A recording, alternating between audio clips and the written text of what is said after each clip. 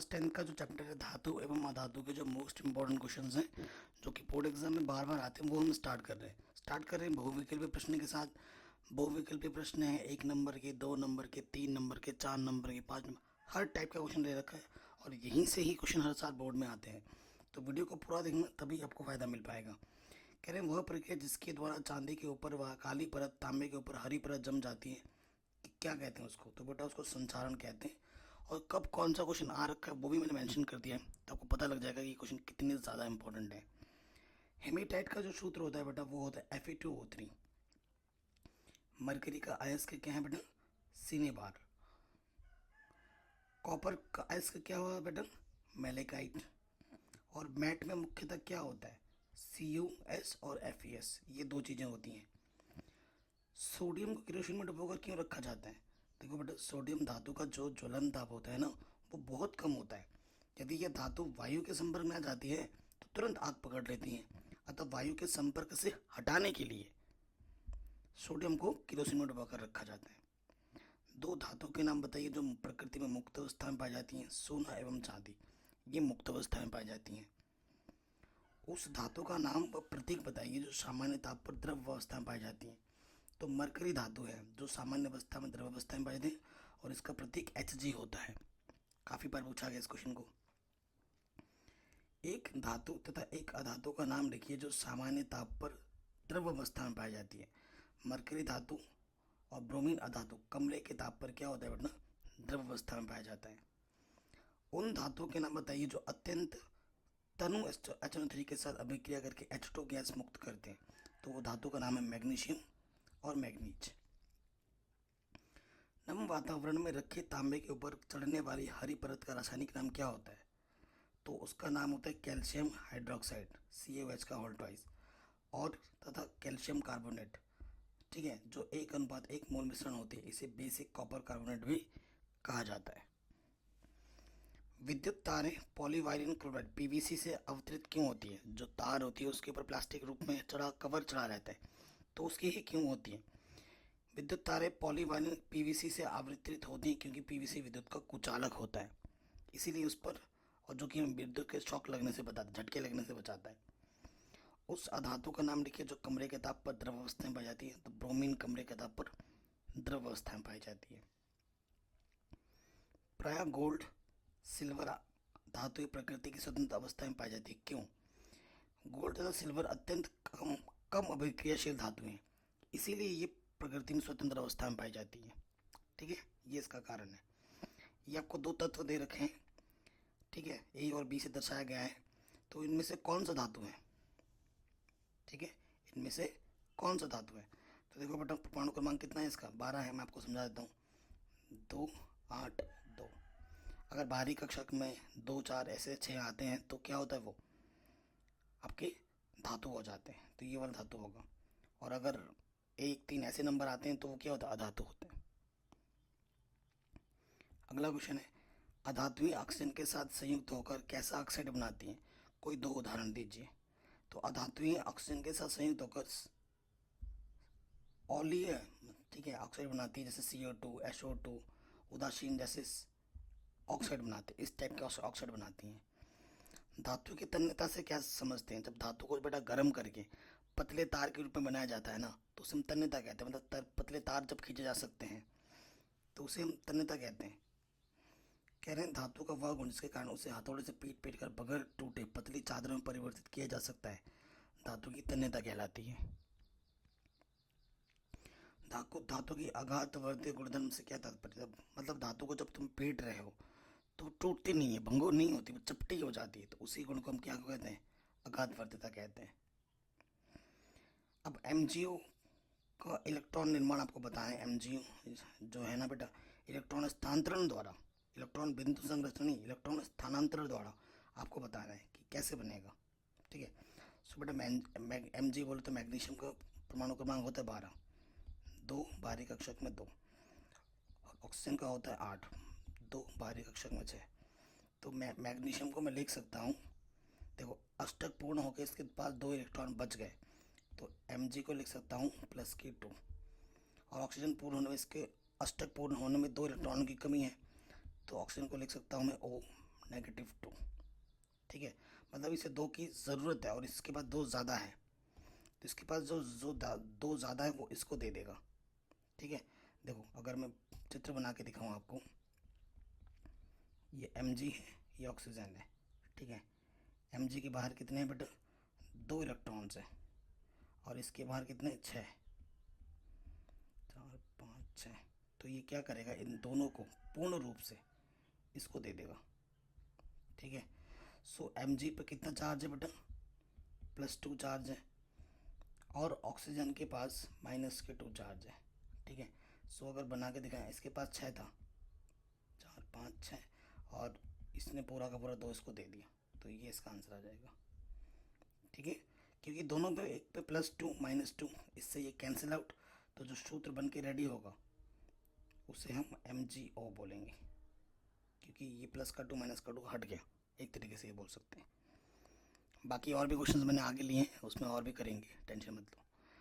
अब क्या होता है जब केवल रासायनिक समीकरण दीजिए, ऐसे क्वेश्चन भी एग्जाम में बहुत आते हैं, तो क्वेश्चन लिए हैं मैंने कुछ। कह रहे हैं क्या होता है जब केवल रासायनिक समीकरण देना है, तांबे को वायु की उपस्थिति में गर्म किया जाता है। यह मेरा तांबा है, कॉपर, और ये गर्म वायु की उपस्थिति में, ऑक्सीजन की उपस्थिति में हम क्या कर रहे हैं, इसको गर्म गर्म कर रहे हैं, तो कॉपर ऑक्साइड बनेगा। ठीक है, अगला क्वेश्चन है, जिंक को आयरन सल्फेट के विलयन में डालने से क्या होता है, इसकी केवल संतुलित रासायनिक समीकरण लिखिए। तो देखो बेटा, इसका रंग ना फीका पड़ जाता है जब उसमें किया जाता है, तो बेटा क्या उसका रंग जो होता है ना वो फीका पड़ जाता है। जैसे ये जिंक है, ये आयरन सल्फेट है, मिलाएं तो ये जिंक सल्फेट हो गया और ये आयरन धातु अलग हो गया। ठीक है, जिंक सल्फेट जो होता है वो रंगहीन विलयन होता है। ठीक है, ये इसका आपको ये लिखना था। अम्लराज क्या है, अम्लराज या जिसे एक्वा रेजिया भी बोलते हैं, एक अत्यंत संचारित सदुम द्रव होता है।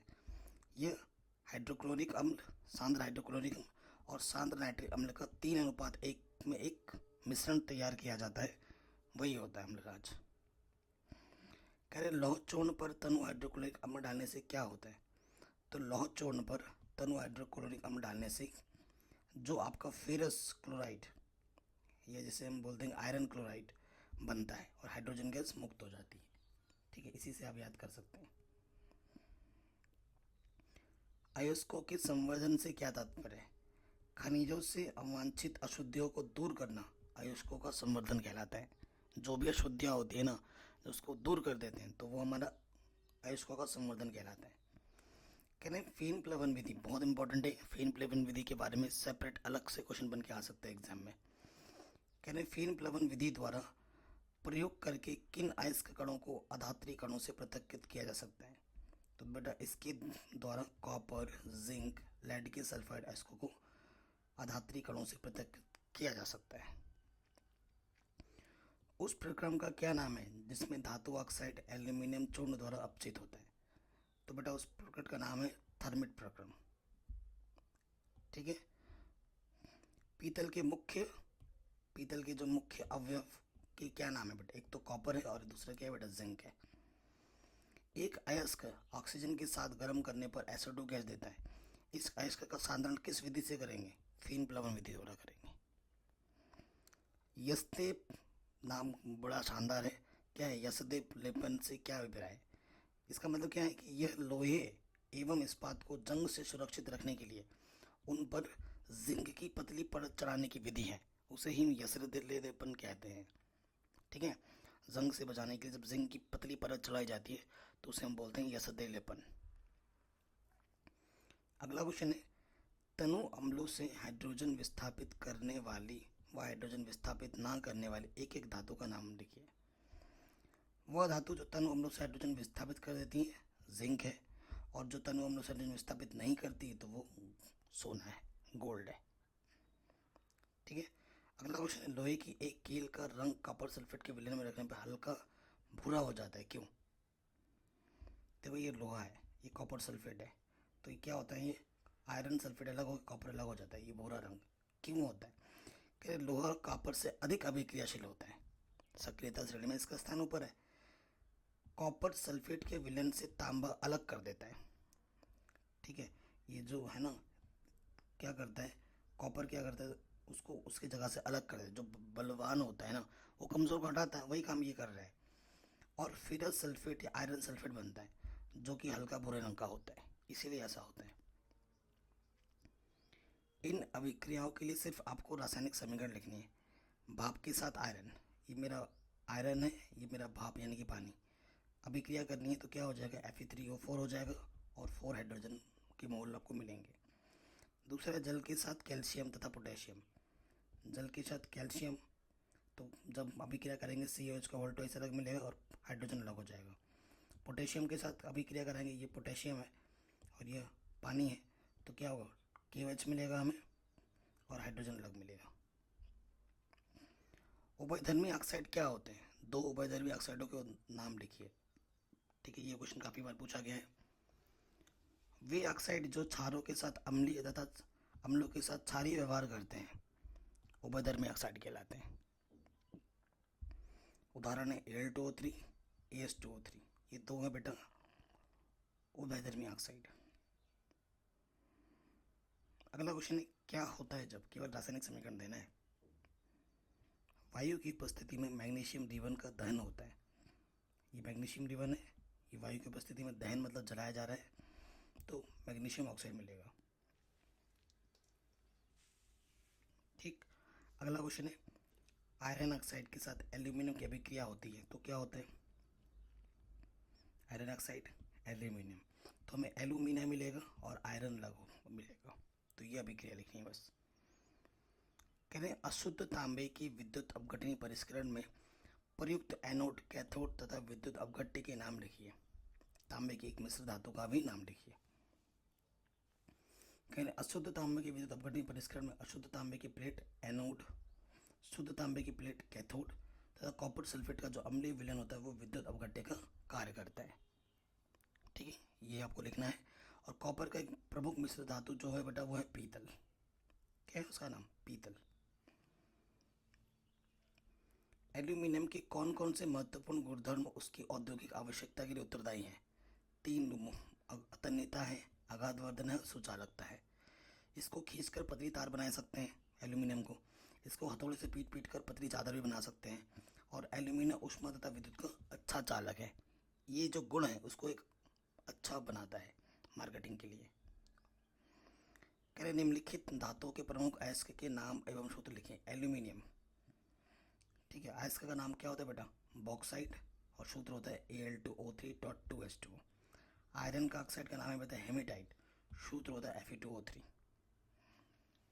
ठीक है, अब आपके पास जो कुछ क्वेश्चन है, ठीक है, अब आपको क्या करना है, सोडियम, ऑक्सीजन एवं मैग्नीशियम के लिए इलेक्ट्रॉनिक बिंदु संरचना लिखनी है।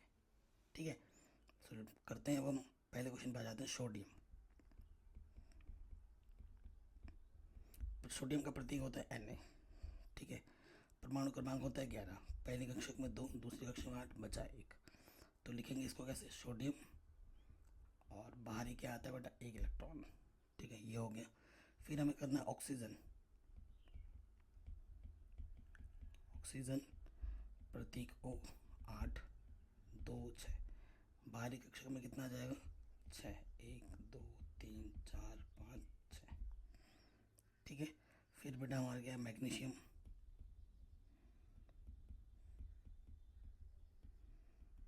परमाणु क्रमांक होता है 12, प्रथम कक्षक में 2, द्वितीय में 8, बचा 2। तो ये हो जाएगा Mg2। इलेक्ट्रॉनिक बिंदु संरचना लिखी थी, लिख दिया हमने। अब हमें क्या बोल रहे हैं, इलेक्ट्रॉनों के स्थानांतरण के द्वारा Na2O का बनना और MgO का बनना निर्धारण कीजिए। तो देखो बेटा, थोड़ी देर पहले MgO मैंने ऑलरेडी समझा रखा था, किया था ना, थोड़ी देर पहले MgO मैंने बनाया था। अब मैं सिर्फ इसका बना के दिखाऊंगा, Na2 का। ठीक है, सोडियम का परमाणु क्रमांक आपको पता ही है 11 होता है, 2, 8, 1। ठीक है, ऑक्सीजन का होता है 6, 2, 6। ठीक है, सोडियम Na कितने, 2 हैं, Na आपके पास 2 है और ऑक्सीजन आपके पास 1 है। ठीक है, मैं आपको बाहरी कक्षक बना के दिखाता हूँ।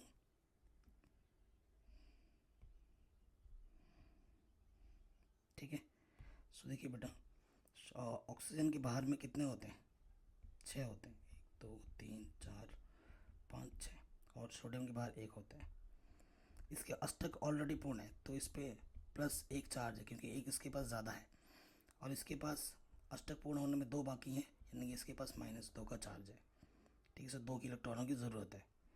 ठीक है, तो क्या होगा, देखो ये पूरा पूरा इसको, इसे नहीं चाहिए, ये पूरा पूरा इसको दे देगा और ये पूरा पूरा इसको दे देगा। ठीक है, तो सोडियम, सोडियम है ना, सोडियम कितनी बार है, 2 बार है, तो उसके आगे क्या हो जाएगा, देखो बेटा Na पॉजिटिव कितनी बार है, 2 बार। और इलेक्ट्रॉनिक बिंदु संरचना, ऑक्सीजन था यहाँ पर बेटा, इसके पास 6 था, 3 4 5 6 और 2 इलेक्ट्रॉन इसने पूरे ले लिए, तो ये बन गया आपका। ठीक है, ये क्या बन गया, Na कितनी बार है, 2 बार और ऑक्सीजन 1 बार, ये ऐसे बन गया। ठीक है, ये आपका बन गया। MgO थोड़ी देर पहले ही मैंने इसको समझा दिया था, थोड़ी देर पहले ही मैंने इसको बताया था। अगले क्वेश्चन पे आ जाते हैं। इन्हीं यौगिकों में कौन कौन से आयन उपस्थित हैं, Na2 में कौन सा आयन उपस्थित है, Na पॉजिटिव, ये सब तो मैं ऑलरेडी बता चुका हूँ। ठीक है ना, अगले क्वेश्चन पे आ जाते हैं। ठीक है, कह रहे हैं निम्नलिखित यौगिकों की इलेक्ट्रॉनिक बिंदु संरचना लिखिए, इलेक्ट्रॉनिक बिंदु संरचना लिखनी है। तो इलेक्ट्रॉनिक बिंदु संरचना चैप्टर नंबर 4 में भी मैंने कराया था, NaCl। ठीक है, तो NaCl बेटा देखो, Na एक बार है, Cl एक बार है। ठीक है, कोई दिक्कत नहीं। सो देखो बेटा, सोडियम एक बार है, क्लोरीन भी एक बार है। ओके, सो देखो आपको पता होगा, सोडियम अभी मैंने बताया था 2 8 1 और क्लोरीन का 17 होता है, 2 8 7। इसके पास अष्टक पूर्ण होकर एक ज़्यादा है और इसके पास अष्टक पूर्ण होने में एक कम है कि नहीं। सो इसके बाहर, सोडियम के बाहर 1 है, क्लोरीन के बाहर 7 है। ठीक है, कितने हो गए, 3 3 6 1 7। एक एक की साझेदारी करेगा, साझेदारी नहीं करेगा, एक इलेक्ट्रॉन ये पूरा इसको दे देगा। ठीक है, पूरा दे देगा, तभी इस क्लोरीन के अष्टक पूर्ण हो जाएंगे। ठीक है, तभी इसके अष्टक पूर्ण हो जाएंगे। उसके बाद कार्बन टेट्राक्लोराइड है ना, यहाँ पर CCl4 है, CCl4 है, तो वही है, कार्बन एक बार है और क्लोरीन 4 बार है। ठीक है, अगर मैं दिखाऊँ आपको चित्र बनाकर, सो यहाँ से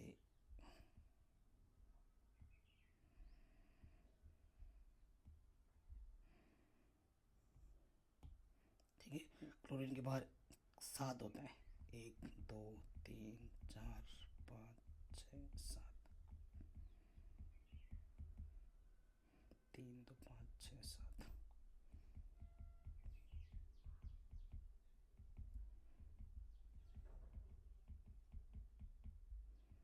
ठीक है, और इसके बाहर कितने होते हैं, कार्बन के बाहर 4 होते हैं।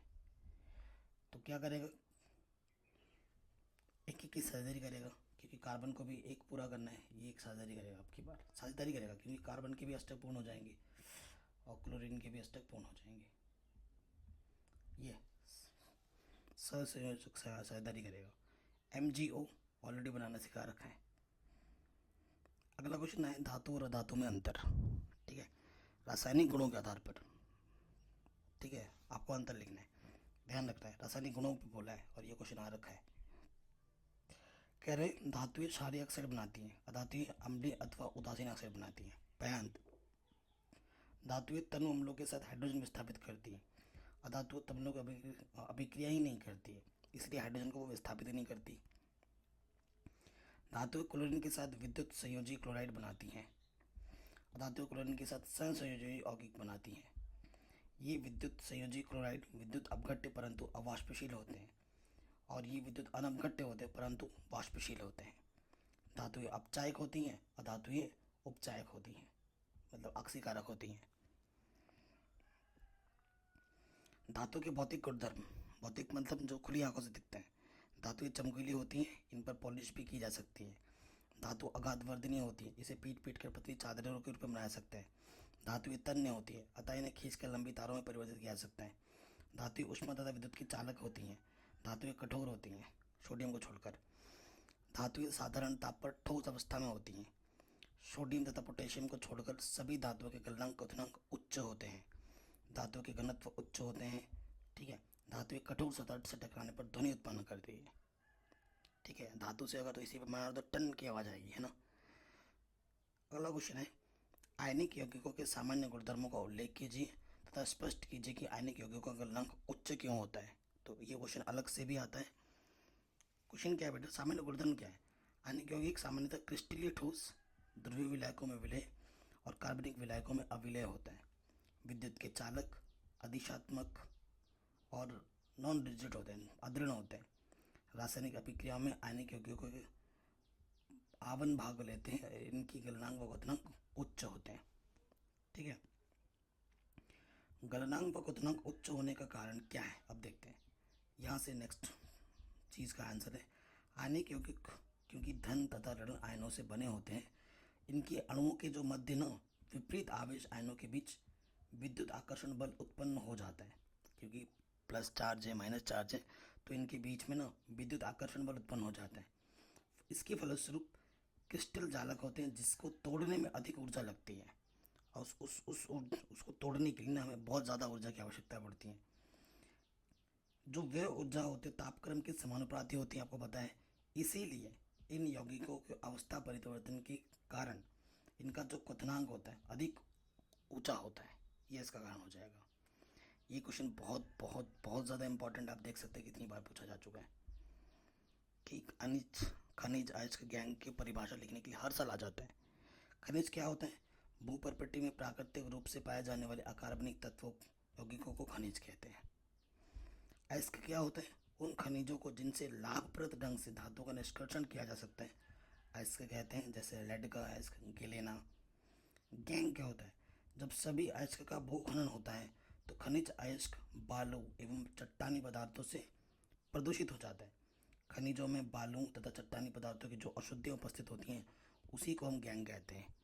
तो खनिजों की जो अशुद्धियाँ होती हैं ना, उसे हम गैंग कहते हैं। तो खनिज अयस्क गैंग क्या होता है, ये लिखने के लिए हर साल आ जाता है।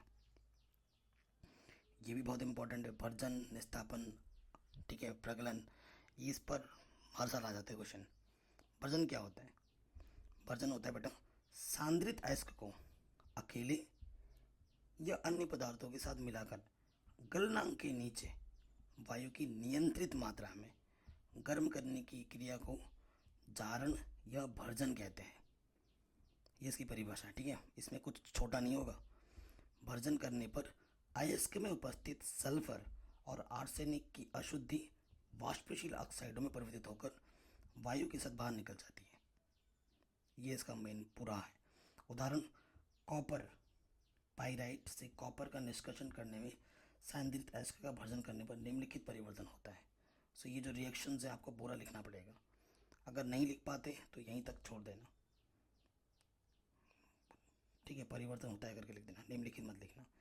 अगर ये याद करते हो तो बहुत अच्छी बात है, नहीं करते तो क्या करें। अब निस्तापन क्या होता है, अब इसमें देखो क्या होता है। सांद्रित अयस्क को वायु की अनुपस्थिति में, वहाँ उपस्थिति था, उसके गलनांक के नीचे उच्च ताप पर गर्म करके उसमें उपस्थित नमी, कार्बन डाइऑक्साइड, SO2, अन्य वाष्पशील कार्बनिक अपद्रव्य को निष्कासित करने की क्रिया को निस्तापन कहते हैं। इस क्रिया में अयस्क से गैसीय पदार्थ अथवा वाष्पशील पदार्थ अलग हो जाते हैं तथा वह स्वतंत्र हो जाता है। इसे सामान्यतः परावर्तनीय भट्टी में प्रयोग किया जाता है, और ये इसका उदाहरण है। अब अमलगम क्या होता है, महीन पीसे हुए अयस्क को मरकरी के संपर्क में लाने से उसमें उपस्थित धातु मरकरी से क्रिया करके धातु अमलगम बनाती है। वास्तव में अमलगम मरकरी की मिश्र धातु है। अमलगम का आश्वन करने से मुक्त धातु प्राप्त होती है।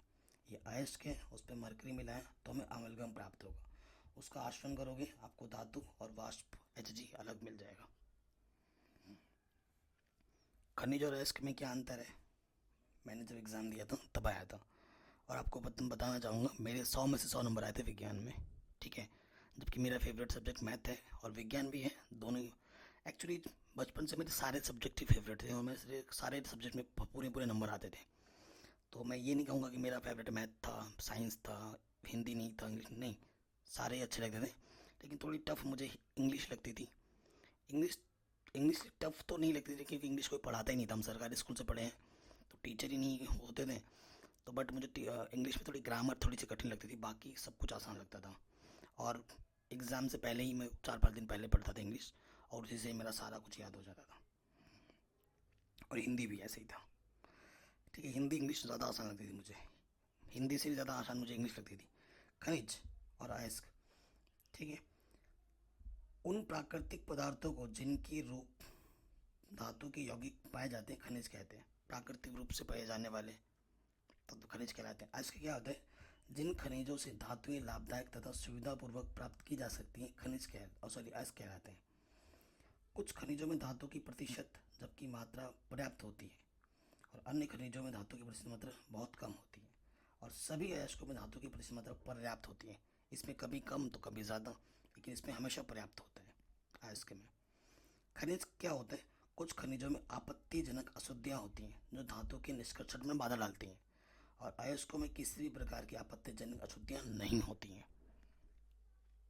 सभी खनिजों को धातु निष्कर्षण के लिए प्रयुक्त नहीं किया जा सकता, और सभी अयस्कों को धातु निष्कर्षण के लिए प्रयुक्त किया जा सकता है, ये अंतर है।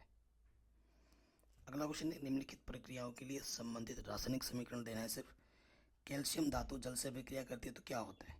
देखिए वो कितनी बार आ रखा है, ये कैल्शियम है, जल के साथ अभिक्रिया कर रही है तो कैल्शियम हाइड्रोक्साइड बनाएगी और हाइड्रोजन अलग हो जाएगी। सीने बार को वायु में गर्म करते हैं तो ये सीने बार है HGS, वायु गर्म करने पर गर्म का चिन्ह, तो आपको Hg और SO2 अलग मिल जाएगा। मैग्नीज डाइऑक्साइड को एल्यूमिनियम चूर्ण के साथ गर्म करने पे क्या होता है? ये मैग्नीज डाइऑक्साइड है, एल्यूमिनियम चूर्ण के साथ गर्म करोगे तो Al2O3 और मैग्नीज अलग मिलेगा आपको। लोहे के साथ तनु सल्फ्यूरिक अम्ल की अभिक्रिया जब होती है, ये लोहा है, ये तनु सल्फ्यूरिक अम्ल है, अभिक्रिया करोगे तो FeSO4 मिल जाएगा आपको, आयरन सल्फेट और हाइड्रोजन अलग हो जाएगा। एल्यूमिनियम की भाप के साथ जब गर्म करोगे, ये एल्यूमिनियम में भाप यानी कि पानी, तो आपको एल्यूमिनियम ऑक्साइड अलग मिलेगा और हाइड्रोजन अलग मिल जाएगा। पोटेशियम के जल के साथ, ये पोटेशियम है, ये जल है, तो पोटेशियम हाइड्रोक्साइड मिलेगा आपको और हाइड्रोजन अलग हो जाएगा। जिंक की सल्फ्यूरिक अम्ल के साथ अभिक्रिया, ये जिंक है, ये सल्फ्यूरिक अम्ल H2SO4, तो ZnSO4 मिलेगा, जिंक सल्फेट और हाइड्रोजन अलग हो जाएगा। भाप के साथ आयरन, ये आयरन है, ये भाप है, तो आपको फेरिक ऑक्साइड मिलेगा और हाइड्रोजन अलग हो जाएगा। अगला क्वेश्चन है, धात्विकी या धातु कर्म क्या है? इस प्रयुक्त में कौन कौन सी चीज़ें प्रयुक्त की जाती है, कितनी अभिक्रिया होती है? तो ये छोटे नंबर में आ सकते हैं, मतलब यहाँ से यहाँ तक आएगा तो 2 नंबर या 3 नंबर में आ सकता है। धात्विकी या फिर धातु कर्म किसे कहते हैं? करें अयस्कों से धातुओं के निष्कर्षण और बाद में उनको परिष्कृत करने, धातुओं का निष्कर्षण और फिर उसको सफाई, उसको परिष्कृत उपयोग में लाने जाने योग्य बनाने में प्रक्रम को धातुक्रम या धात्विकी कहते हैं। धात्विकी प्रक्रम में क्या क्या होता है बेटा? अयस्की की समृद्धि या सांद्रण, फिर अपचयन होता है और फिर धातुओं का परिष्करण होता है। ये 3 स्टेप्स में उसको किया जाता है। ये क्वेश्चन बहुत इंपॉर्टेंट है, फेन प्लवन प्रक्रम को समझाइए, ये अलग से क्वेश्चन आ सकता है एग्जाम में, तो इसको मैंने लिख दिया। और ये चित्र आपको बनाना आना चाहिए, ठीक है? ये चित्र आप पहले एक बार देख लीजिए। अयस्क के सांद्रण के उपयोग में आपको फेन प्लवन विधि का उपयोग किया जाता है। ये जल है, ठीक है, तेल है, और ये हमारी सारी अशुद्धियाँ नीचे बैठ जाती हैं। यहाँ से वायु आता है, यहाँ पर इसमें कुछ छेद रखे जाते हैं, फिर यहाँ से अयस्क युक्त झाग बन जाता है ऊपर ऊपर। ये देखो, ये चित्र आपने देख लिया, इसको एग्जाम में बनाना भी पड़ेगा। अब मैं आपको समझाता हूँ क्या होता है। ये जो विधि है ना फेन प्लवन प्रक्रम, यह विधि सल्फाइड अयस्क को, जैसे CuFeS2, ZnS, PbS को गैंग से, गैंग मतलब अशुद्धि, गैंग से पृथक करने के लिए प्रयुक्त की जाती है।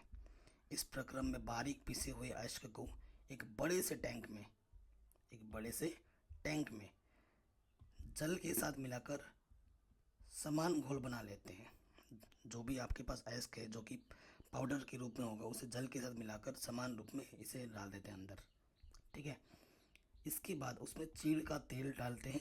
सामान्यतः चीड़ के तेल में सल्फाइड अयस्क को तथा गैंग को जल के द्वारा गीला किया जाता है। इस घोल में वायु की तीव्र धारा प्रवाहित की जाती है। ये जो घोल है बेटा, इसके अंदर वायु की तीव्र धारा आ रही है, ठीक है? फलस्वरूप हल्का तेल, जिसमें मुख्यतः सल्फाइड अयस्क होता है, ऊपर उठकर टैंक की ऊपरी सतह पर आ जाता है। ठीक है, यहाँ आ जाता है। ठीक है, आ, और वो मल फेन के रूप में तैरने लगता है। इस मल फेन को निकाल कर सुखा लेते हैं। जो ऊपर ऊपर आता है ना ये मल फेन, इसको निकाल कर ऊपर फिर क्या करते हैं, सुखा लेते हैं। गैंग के कण भारी होने के कारण जल में डूबकर टैंक की तली में एकत्रित हो जाते हैं। देखो भारी गए तो यहाँ पर तली में आ जाता है और फिर हम इसको निष्कर्षित या फिर साफ कर लेते हैं। तो ये विधि होती है आपकी फेन प्रक्रम विधि। आप इसे एक बार चित्र बनाइए, 2 बार पढ़िए, आपको ऑटोमेटिकली सारा कुछ याद हो जाएगा। ठीक है, तो आशा करता हूँ ये चैप्टर आपको समझ में आया होगा। जितने भी इम्पोर्टेंट क्वेश्चन थे मैंने आपको बता दिए, और यहीं से हर साल बोर्ड एग्जाम में क्वेश्चन पूछे जाते हैं। आशा करता हूँ वीडियो आपको पसंद ज़रूर आई होगी। डिस्क्रिप्शन को ज़रूर चेक करें, चैनल पर नए तो सब्सक्राइब करें। अपना ख्याल रखें।